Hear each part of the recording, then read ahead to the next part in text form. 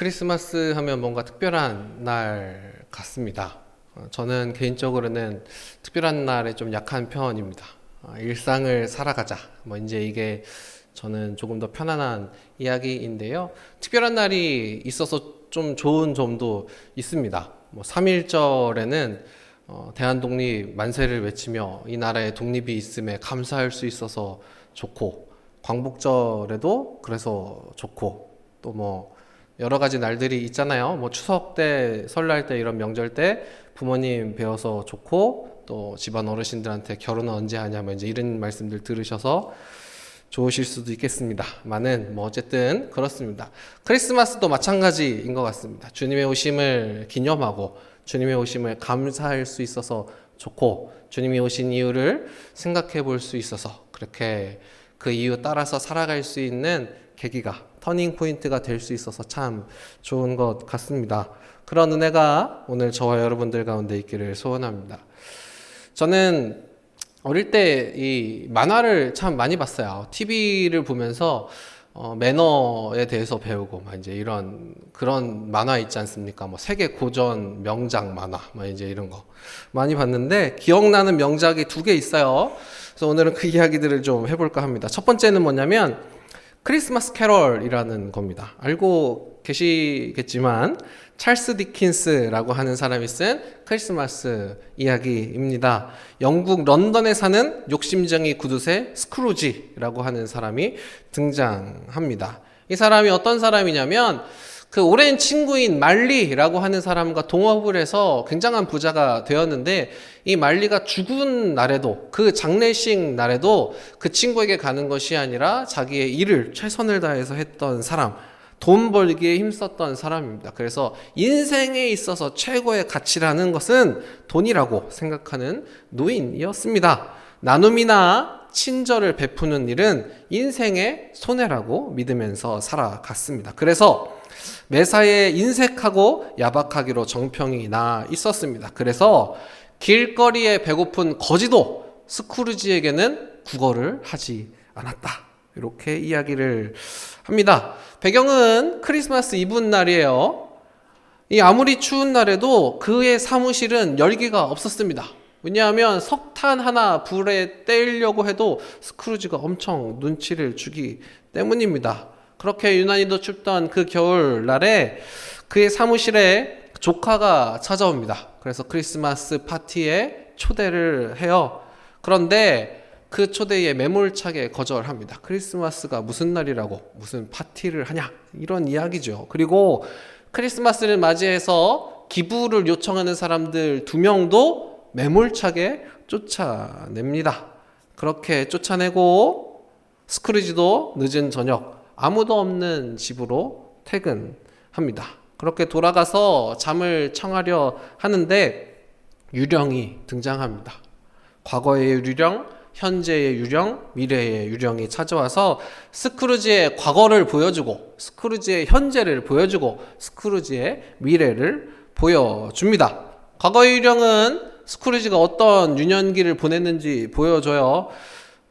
가난했지만, 그렇게 먹을 것이 없었지만 그럼에도 불구하고 순수했던 어린 시절, 그리고 그 젊은 시절을 보여줍니다. 그리고 스크루지가 어떻게 해서 수전도가 되었는가, 어떻게 지금까지 이렇게 살아왔는가를 과거의 유령이 보여줍니다. 그 다음 현재의 유령이 나타나서 스크루지를 크리스마스 파티에 초대했던 조카의 집으로 데려갑니다. 이 조카 프레드라고 하는 사람, 이 프레드라는 사람이 그 파티에 오지 않았지만 그래도 삼촌인 이 스크루지를 위해서 기도하는 모습을 보여줘요. 스크루지가 또 스크루지의 사무실에서 일하는 사람, 그 밥이라고 하는 사람 또한 보여줍니다. 이 사람은 저임금 그리고 장시간 노동으로 노동 착취를 당하는 사람이었습니다. 어쨌든 이 직원의 집에 가서 보니까 아이들이 엄청 많고 그 자기가 주는 월급으로는 생활하는 것이 턱도 없겠다, 이런 모습이 보여지는 겁니다. 특별히 그 밥의 아들 티모시라고 하는 아이는 소아마비 장애인인데 성탄주일 예배를 드리고 집으로 돌아오면서 예수님은 장애인들을 고쳐주셨고 그래서 나도 예수님의 사랑을 받을 것이다. 이렇게 고백하는 모습을 보게 됩니다. 마지막으로 미래의 유령이 나타나서 스크루지의 죽음을 보여줍니다. 지금처럼 살다가 죽으면 어떻게 될 것인지 그 쓸쓸하게 죽은 노인의 모습을 보여줍니다. 더 충격적인 것은 그 누구도 그 죽음을 슬퍼하는 사람이 없었다라는 겁니다. 모든 환상을 보고 스크루지는 진심으로 참회합니다. 미래의 유령을 붙잡고 어떻게 하면 내가 살 수 있겠는가 이야기를 묻습니다. 그리고 자비를 구합니다. 그러나 마지막 유령도 아무 말 없이 연기처럼 사라집니다. 그렇게 흐느끼며 몸부림치며 눈을 뜬 스크루지는 꿈이었구나 이것을 깨닫고 날짜를 확인합니다. 그날은 크리스마스 당일이었습니다. 스크루지는 그 자리에서 황급히 일어나 거리로 나아갑니다. 그리고 한 소년을 붙잡고 심부름을 시킵니다. 커다란 칠면조를 사오라 이야기합니다.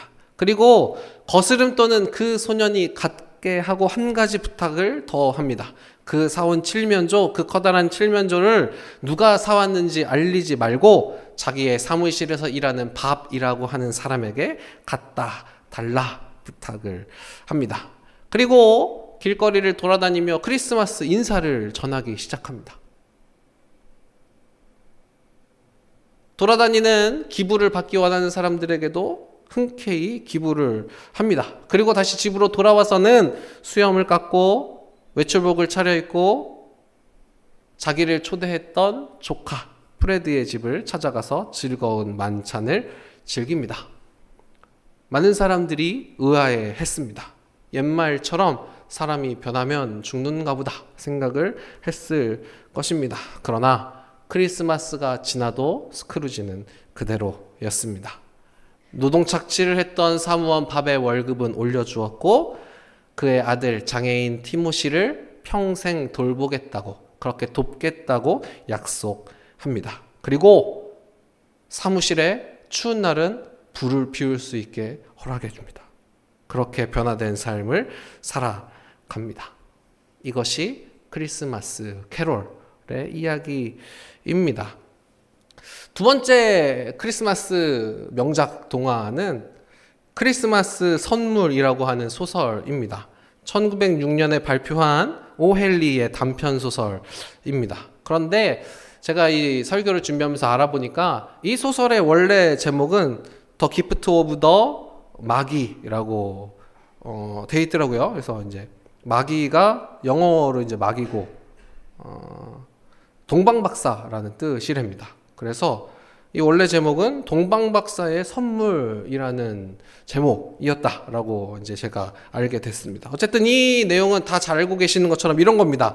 가난하지만 서로 사랑하는 부부가 있었습니다. 짐과 델라가 있었는데 이 짐, 남편은 할아버지 때부터 물려받은 시계, 이 시계가 자랑거리였고 이 부인 델라는 길고 찰랑찰랑한 거의 엘라스틴한 이 머리가 자랑거리였습니다. 어쨌든 그래서 서로 사랑하는 마음에 선물을 준비하는 거죠. 남편은 아내를 위해서 머리핀을 준비했고 아내는 남편을 위해서 자기 머리를 깎아서 그걸 팔아서 시계 줄을 준비한 겁니다. 한 가지 이야기를 안 했지만 머리핀을 살 때 시계를 팔아서 머리핀을 산 거죠. 그래서 결국은 시계 줄을 샀지만 시계는 없어지고 머리핀을 샀지만 머리가 없어지는 놀라운 경우가 생긴 겁니다. 어쨌든 그렇게 서로 사랑하는 마음으로 선물을 준비하고 그 선물을 주고 받는데 아프면서 놀라우면서 슬프면서 감사하면서 기쁜 마음이 드는 겁니다. 이게 크리스마스 선물의 이야기입니다. 그러면서 오헨리 이 작가는 이 동방 박사들이 예수님에게 보낸 선물만큼이나 이 부부가 서로에게 한 선물이 값지다라고 이야기를 합니다. 이게 동방 박사의 선물이라고 하는 제목의 의미였습니다. 오헨리는 예수님의 탄생을 예비하고 예견하고 선물을 가져온 동방 박사들, 그 사람들은 현명했을 것이라 이야기합니다. 그래서 어떤 문제가 있어도 어떤 상황이 있어도 교환할 수 있는 선물을 가져왔을 것이다, 이렇게 이야기를 합니다. 황금과 유황과 몰약, 이것들 다 교환할 수 있는 화폐 가치가 있는 선물들이라는 것입니다. 그러나 짐과 델라 같이 그렇지 못한 선물을 주고받더라도 박사들, 이 현명한 사람들의 선물 이상의 가치가 있다. 어쩌면 그것이 더 가치 있다 라고 말하고 싶었기 때문에 동방박사의 선물이라고 하는 제목을 지었다라고 합니다. 선물은 그런 겁니다. 저는 선물을 잘 못하는 편인데요, 우리 이도환 목사님이 선물을 참 잘합니다. 특별히 이도환 목사님이 이렇게 집에서 손수 만든 레몬청, 자몽청 이런 거 선물하는 모습을 보면 전 그런 생각이 듭니다. 하나님 참 좋은 동역자를 붙여주셨다. 나는 못하지만 우리 목사님 참 감사하게 잘한다, 이런 마음이 들어요. 돈이 얼마나 들어가느냐가 중요한 게 아닙니다. 물론 돈이 많이 들어가지만 시간이 얼마나 들어가느냐, 이게 중요한 겁니다. 그 사람이 이 선물을 받고 기뻐할 것인가, 그리고 이 선물이 그 사람에게 필요한 것인가, 유익한가, 그렇지 않은가를 생각하는 게 힘든 일입니다. 돈을 쓰는 것보다 더 어려운 것이 시간을 쓰는 것이고, 시간을 쓰는 것보다 더 어려운 것이 마음을 쓰고 그 사람을 생각하는 겁니다. 여러분, 이게 선물의 의미입니다. 참된 선물은 그 상대방을 묵상해야 할 수 있습니다. 오늘 그렇게 선물하시는 크리스마스 되시기를 소원합니다. 좋은 선물 받으시는 크리스마스 되실 줄로 믿습니다. 이게 이제 주라고 하는 것보다 받으라고 하는데 아멘이 더 크다, 이게 좀 약간 그럴 수 있습니다. 좋은 선물 받으시는 크리스마스 되시기를 소원합니다. 좋은 선물 나누는, 줄 수 있는 크리스마스 되시기를 주님의 이름으로 축원합니다. 할렐루야. 네. 오늘 본문에도 선물 주는 사람들 이야기가 등장합니다. 동방박사들 이야기입니다. 1절 말씀 보면 이래요. 헤로드 왕 때에 예수께서 유대 베들레헴에서 나심에 동방으로부터 박사들이 예루살렘에 이르러 말하되 동방에서부터 왔다, 이렇게 이야기를 합니다. 동방에서 예루살렘으로 왔다. 왜 예루살렘으로 왔는가? 왕이 났으니까 왕이 있을 만한 곳으로 온 겁니다. 왕궁으로 온 겁니다. 그리고 2절, 유대의 왕으로 나신 이가 어디 계시냐? 우리가 동방에서 그의 별을 보고 그에게 경배하러 왔노라, 이렇게 이야기를 합니다. 온 목적에 대해서 밝히는 겁니다. 우리가 유대인의 왕이 났다라는 것을 보았다. 우리가 점성술사인데 우리가 별들의 움직임을 보고 그 시대를 읽는다. 그래서 그 별을 보고 유대의 왕이 될 만한 사람이 태어났다는 걸 알았다. 그래서 그에게 경배하기 위해서 우리가 방문했다. 그 왕이 어디 계시냐? 이렇게 물어보는 겁니다. 그렇게 찾아온 동방의 박사들의 질문에 대해서 이스라엘의 대제사장과 서기관들을 모아서 헤롯이 지혜를 모읍니다. 그리고 그 정답을 찾아내요. 그 정답이 뭐냐면 미가서 5장 2절의 말씀입니다. 오늘 본문의 6절 말씀. 또 유대 땅 베들레헴아, 너는 유다 고을 중에 가장 작지 아니하도다. 내게서 한 다스리는 자가 나와서 내 백성 이스라엘의 목자가 되리라. 베들레헴에게 주시는 하나님의 말씀이에요. 다윗의 고향이었던 그곳이 작지 않다. 왜냐하면 그곳에서 이스라엘 백성을 다스릴 목자가 나올 것이기 때문이라는 겁니다. 그 이야기를 듣고 헤롯이 그렇게 전달합니다. 그리고 왕을 찾거든 나에게도 알려주라. 나도 가서 경배하겠다라고 거짓말을 하지요. 그 이야기를 듣고 동방 박사들이 베들레헴으로 갑니다. 별이 인도하고 그 인도를 따라서 갑니다. 그리고 별이 멈춰선 그곳에서 아기와 어머니 마리아를 만나고 아기께 경배합니다. 보배합을 열어서 황금과 유향과 몰약을 드렸다라는 겁니다. 상대방에게 맞는 선물을 드렸다. 그 마음과 정성을 드렸다. 그리고 그 선물을 주는 데 있어서 시간을 드렸다. 그렇게 정성으로 선물했다. 황금과 유향과 몰약을 드렸다라는 겁니다.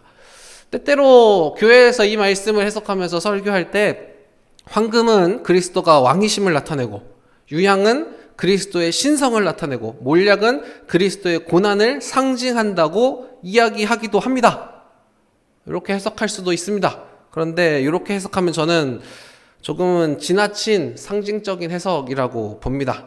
왜냐하면 이 해석은 마태복음 전반적인 흐름과 일치하지 않기 때문입니다. 마태복음 전반적인 흐름, 그 의도는 이 마태복음에 흐르는 문화, 그리고 마태복음을 읽어야 하는 사람들에 대해서 생각을 해보면 결국은 마태복음은 유대인들 읽으라고 쓴 복음서거든요. 유대인들이 보고, 야, 너희가 구약에서 하나님께서 약속하셨던 그 메시아가 예수님이다, 이 이야기 하는 거거든요. 너희가 기다리던 그 왕이 예수님이다, 이 말씀 하는 거예요. 그리고 생각해보면 구약의 다윗 왕 시절에 그렇게 영토를 확장하고 주변의 이방 나라들을 다스리고 정복하고 조공을 받던 그 시절에 이방 나라들에서 와서 조공을 바치고 선물을 바치고 그렇게 황금을 바치고 유향과 몰약을 바쳤던 그 시대가 생각나게 하는 겁니다. 동방에서 온 이 동방 박사들, 이방인 박사들이 와서 이 아기 예수께 경배하며 황금과 유향과 몰약을 드리는 이 장면에서 유대인들은 무엇을 보냐면 다윗 시대에 이방인들이 예루살렘으로 찾아와서 황금과 유향과 몰약을 드렸던 그 평화의 시대를 떠올리는 겁니다. 이게 마태복음적인 해석입니다. 베들레헴에서 이스라엘의 왕이 나셨다. 베들레헴에서 이방 나라들이 와서 경배할 만한 이 세상의 왕이 나셨다. 베들레헴에서 다윗의 자손, 다윗 시대의 평화를 이 땅 가운데 이루어낼 예수 그리스도 메시아가 나셨다. 이게 이 말씀입니다. 그래서 황금과 유향과 몰약이 상대방에게 적절한 선물인 겁니다. 왕으로 나신 예수 그리스도, 이스라엘의 왕이신 예수 그리스도, 온 세상을 다스리시는 통치하시는 왕이신 예수 그리스도에게 합당한 선물입니다. 그러나 온 세상은 예수 그리스도를 알아보았지만 그렇게 애타게 기다리던 이스라엘 백성들은 예수 그리스도를 알아보지 못했다. 이것이 마태복음의 슬픔입니다. 오늘 말씀은 선물에 대한 이야기입니다. 예수 그리스도께 합당한 선물을 드리자 말씀이기도 합니다. 그런데 그 선물보다 앞서는 선물이 하나 있습니다. 우리가 잊기 쉬운 선물입니다. 하나님이 우리에게 선물을 주신다. 상대방에게 맞는 선물을 준비하는 그 마음으로 우리에게 꼭 필요한 것을 주신다. 무엇을 주셨는가? 이사야 9장 6절 말씀입니다. 이는 한 아기가 우리에게 낳고 한 아들을 우리에게 주신 바 되었는데 그의 어깨에는 정사를 메었고 그의 이름은 기묘자라 모사라 전능하신 하나님이라 영존하시는 아버지라 평강의 왕이라 할 것임이라. 다시 한번 읽어보면 이는 한 아이가 우리에게 낳고 한 아들을 우리에게 주신 바 되었다라는 겁니다. 한 아이가 우리에게 낳았는데 그 아들 하나님이 주신 바 되었다.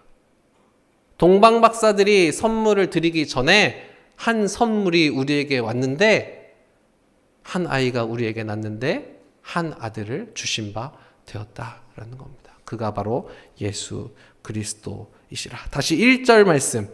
헤롯 왕 때에 예수께서 유대 베들레헴에서 나시매. 이게 복음의 시작입니다. 헤롯 왕 때 예수 그리스도께서 유대 베들레헴에서 나심의 선물의 시작입니다. 근래에 로마서 말씀을 많이 나눴어요. 그 나눈 말씀들의 결론입니다. 하나님의 은사는 영생이라. 예수 그리스도를 통한 영원한 생명, 예수님과 함께 걸어가는 천국의 삶으로 우리를 초대하시는 겁니다. 그게 은혜입니다. 그게 거저주시는 선물입니다. 우리에게 가장 필요한 것, 우리에게 가장 유익한 것, 하나님 보시기에 가장 필요한 것, 그렇게 준비하는 마음으로 우리를 사랑하시는 마음으로 우리에게 주신 겁니다. 하나님의 은사는 영생이라. 그리고 그 은사에 반응하는 것이 우리의 책임입니다. 그러므로 형제들아, 너희 몸을 하나님 앞에 거룩한 산 제사로 드리라. 이것이 너희가 드릴 마땅한, 합당한, 이성적인, 논리적인 예배니라.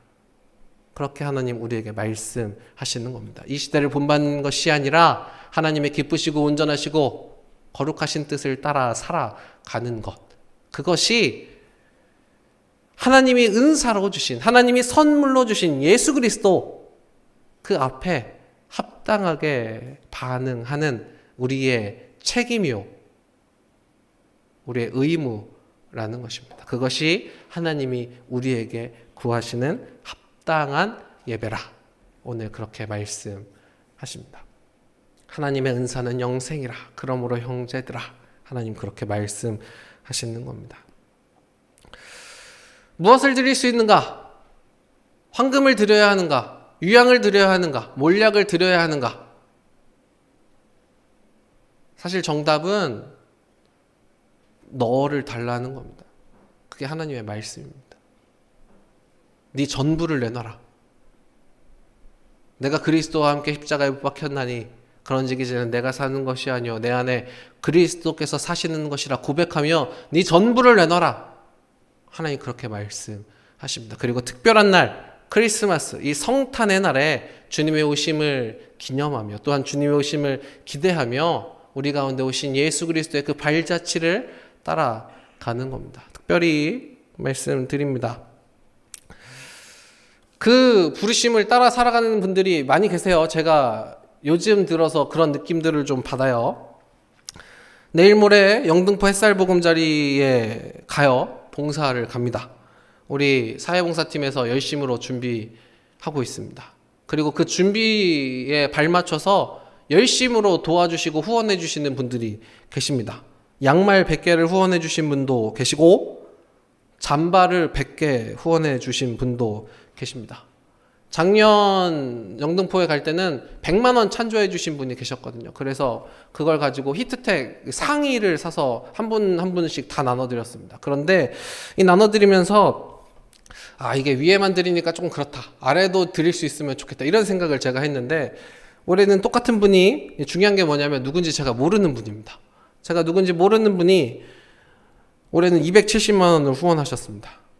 그래서 히트텍을 위에랑 아래를 다 사서 준비를 했습니다. 100벌. 그리고 돈이 조금 남아서 장갑도 샀습니다. 200개.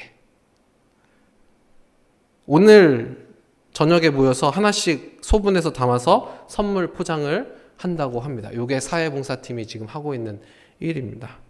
여러분, 중요한 게 있습니다. 그러면 영등포는 사회봉사팀만 가면 되냐?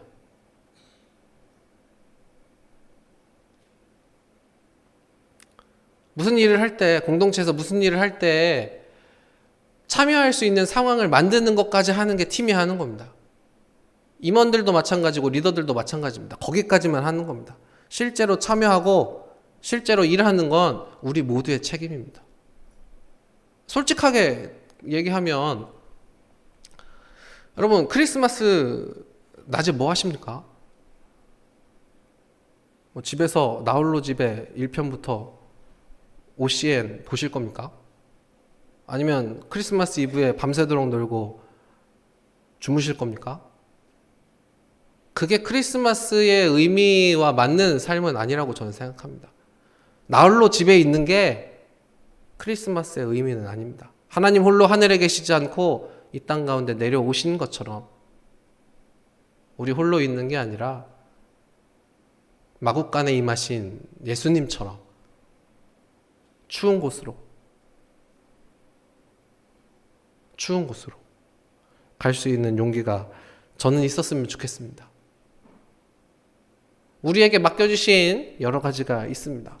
우리를 믿고 후원해 주신 여러분들이 계십니다. 그걸 전달하는 게 우리의 책임입니다. 뭐 더 이렇게 막 세게 제가 막 하잖아요. 개인적으로 만나면 더 세게 얘기하지만 여기까지만 하겠습니다. 결론은 뭡니까?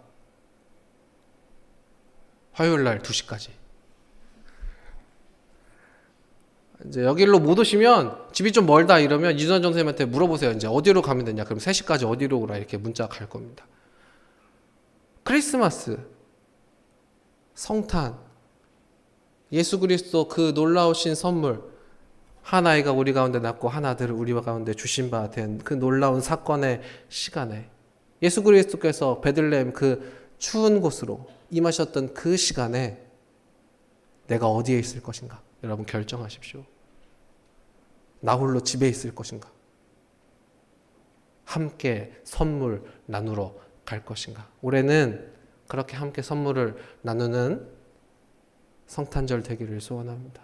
그리고 우리의 삶 가운데 한 주간 살아가면서 우리를 사랑하신 그 놀라우신 선물을 주신 하나님 앞에 우리의 보배 합, 그 옥합을 열어 우리의 삶을 내어드리고 그렇게 하나님을 사랑하고 특별히 하나님 사랑하시는 우리의 이웃들 되돌아볼 수 있는 그렇게 하나님의 사랑을 전달할 수 있는 사랑을 나눌 수 있는 우리의 보배합 깨뜨려 함께 나눌 수 있는 한 주간 되시기를 주님의 이름으로 축원합니다. 축원합니다. 지금 이제 아멘 하면 내가 가야 될 것 같다. 이런 마음이 들어서 아멘을 못 하시는 거예요? 아멘하고 안 가셔도 됩니다. 마음에 감동이 있으신 분들만 가시고 못 가시는 분들, 상황이 안 돼서 못 간다 이런 분들은 일주일의 삶 가운데 하나님 사랑하고 이웃을 사랑하는 삶 살아가시면 됩니다. 그런 삶 살아가시기를 주님의 이름으로 축원합니다. 아멘. 이 시간 함께 찬양하겠습니다.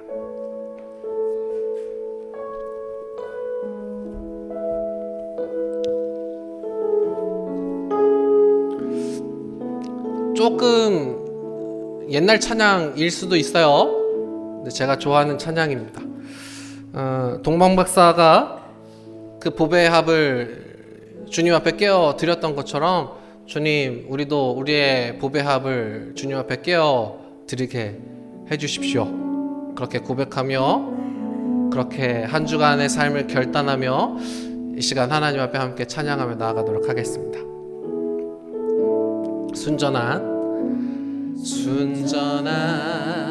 나의 삶의 옥합 깨뜨려 주께 모두 드리리. 나의 가장 귀한 것 주께 드리리. 나의 주님 예수. 순전한 나의 삶에 순전한 나의 삶의 옥합 깨뜨려 주께 모두 드리리. 나의 가장 귀한 것 주께 드리리. 나의 주님 예수. 내가 힘을 다하여 주의 날을 예비하리니. 주가 보고 그 사랑으로 주의 것 삼으시네. 이것이 나의 기도, 이것이 나의 기도, 나의 소망, 나의 모든 것. 눈물로 주님께 간구하오니. 이것이 나의 기도, 나의 소망, 나의 모든 것. 주여 나를 기억하소서. 우리 다시 한번 찬양합시다. 순전한 나의 삶의 옥합 깨뜨려 주께 모두 드리. 나의 가장 귀한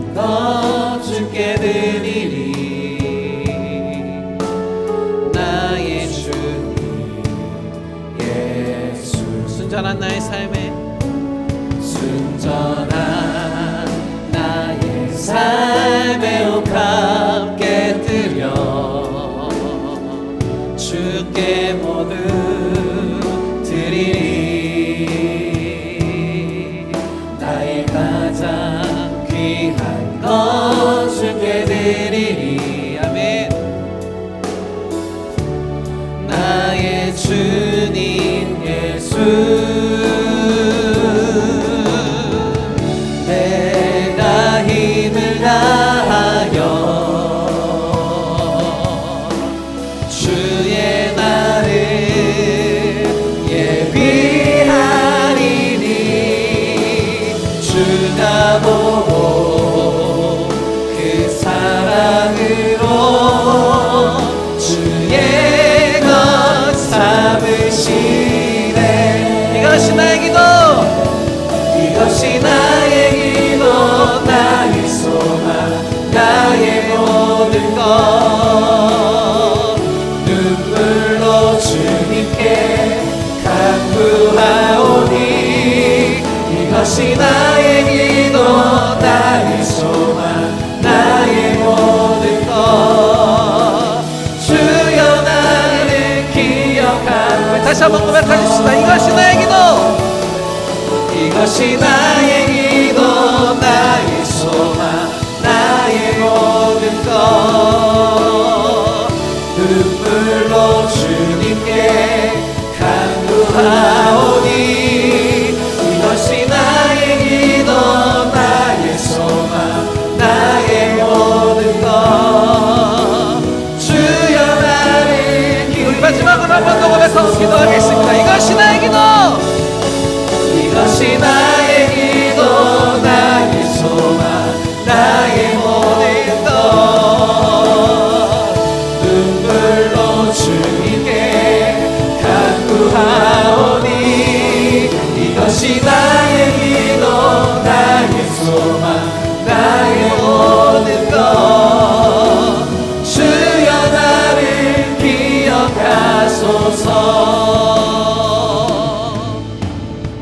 이 시간 말씀 기억하며 함께 기도하십시다. 우리 가운데 오신 그 놀라우신 선물 예수 그리스도, 그 이름에, 그 사랑에 반응하여 하나님, 우리가 우리의 삶의 옥합 깨뜨리며 살아가게 해주십시오. 하나님을 더욱더 사랑하고 하나님이 사랑하신 이웃들을 더욱더 사랑하게 해주십시오. 하나님, 그런 따스한 사랑을 나누는, 선물을 나누는, 우리의 삶을 하나님 앞에, 이웃들 앞에 선물로 내어놓는 그런 한 주 되게 하여 주시옵소서.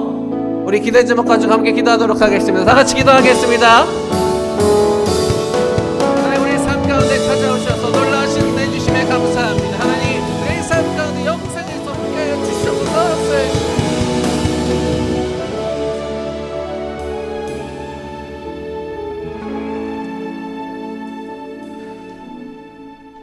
거룩하신 하나님, 우리 가운데 그 놀라우신 선물 주심에 감사합니다. 예수 그리스도, 그 높고도 아름다우신 이름, 그 능력의 이름 우리에게 주셔서 그 능력의 믿음에 잇대어 살아가게 하시고, 또한 영생을 우리에게 선물로 주셔서 하나님 우리를 구원하여 주신 그 은혜에 감사합니다.